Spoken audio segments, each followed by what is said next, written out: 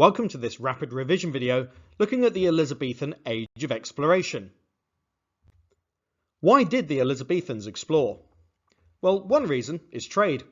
The discovery of the New World, that's North and South America to us, expanded opportunities to trade. Spain and Portugal already had a head start, and English merchants wanted a piece of that action. With the cloth trade with the Netherlands harmed by the war with Spain, the New World offered the chance of undiscovered lands rich in new crops, animal skins, gold and silver. Rich investors, including the Queen herself, risked fortunes on risky trading missions. They were hoping to get rich quick, basically. Adventure was another reason.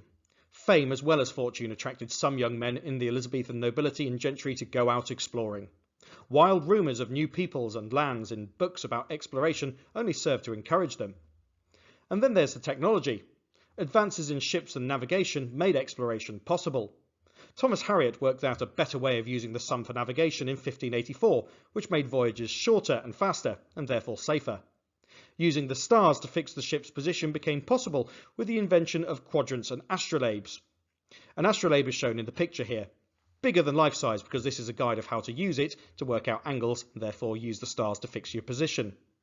Cartographers, that's map makers, recorded trips, producing improved maps to make subsequent voyages easier and again safer.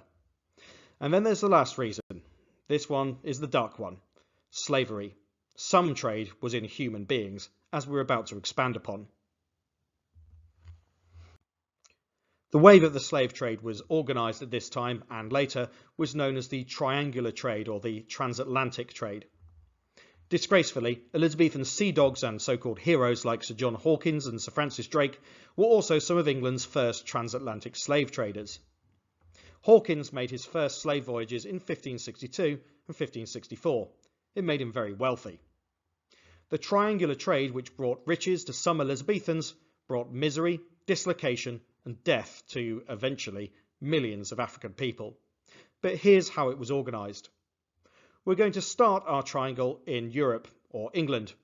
Here, the ship would be loaded with goods that were made there, things like guns and iron goods. These things were not always readily available in Africa, and so they were considered valuable. The ship would then sail to ports in West Africa, where it would be loaded with captured and enslaved African people in exchange for the goods, like I've just described. Then we have the Middle Passage.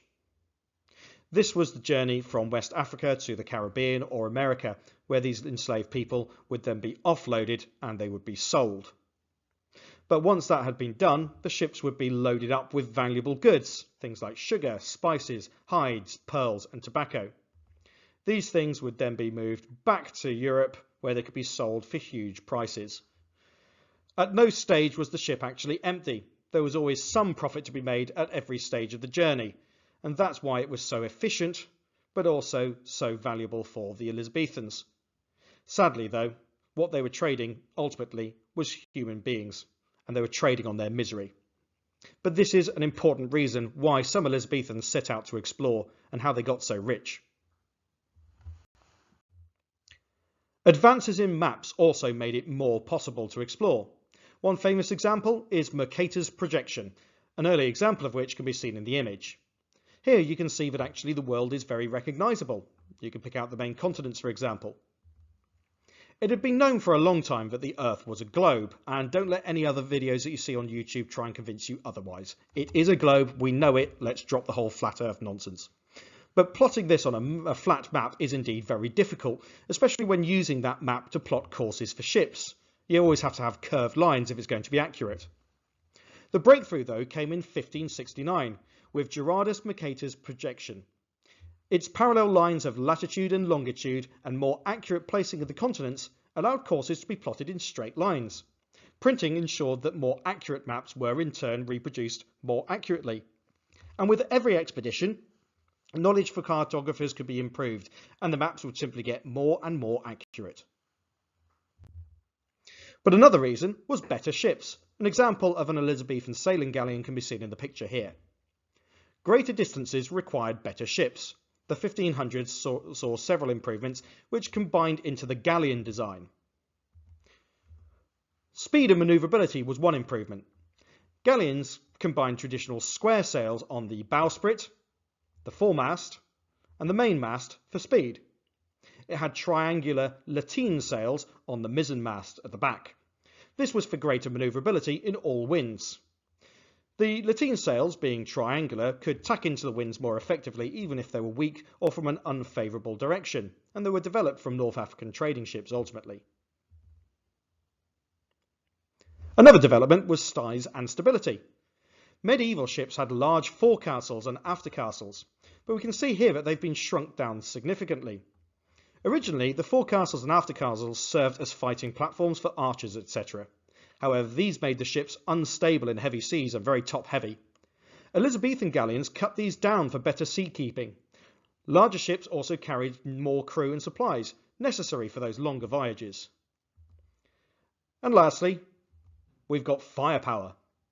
Bronze and iron cannon of increasing size and power had been developed by this point. Galleons now had a gun deck running most of the length of the ship for delivering a powerful broadside of fire.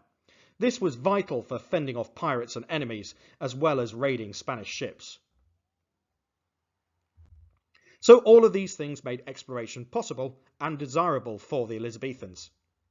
The Elizabethans explored for a variety of reasons. Firstly, trade. This helped offset the loss of the wool trade with the Netherlands, and it took full advantage of new products and markets in the New World, including, tragically, slavery. Hawkins and Drake were both slave traders. This established England's part in the triangular trade in enslaved African people. But also adventure. Fame and fortune beckoned for famous explorers. This was all made possible by improved technology. Navigation, calculating the ship's position based upon the sun and the stars using instruments like the astrolabe. Maps, improved accuracy with map making such as Mercator's projection, and the recording of voyages made future exploration far easier. And lastly, the ships that they travelled on. Larger, faster and more manoeuvrable, more stable and better armed ships made voyages of exploration possible. But still very dangerous. Anyway, that's the end of this rapid revision video. I hope it's given you everything that you need. And if you did enjoy the video, please like it and subscribe to the channel for more. But for now, thanks very much for watching and goodbye.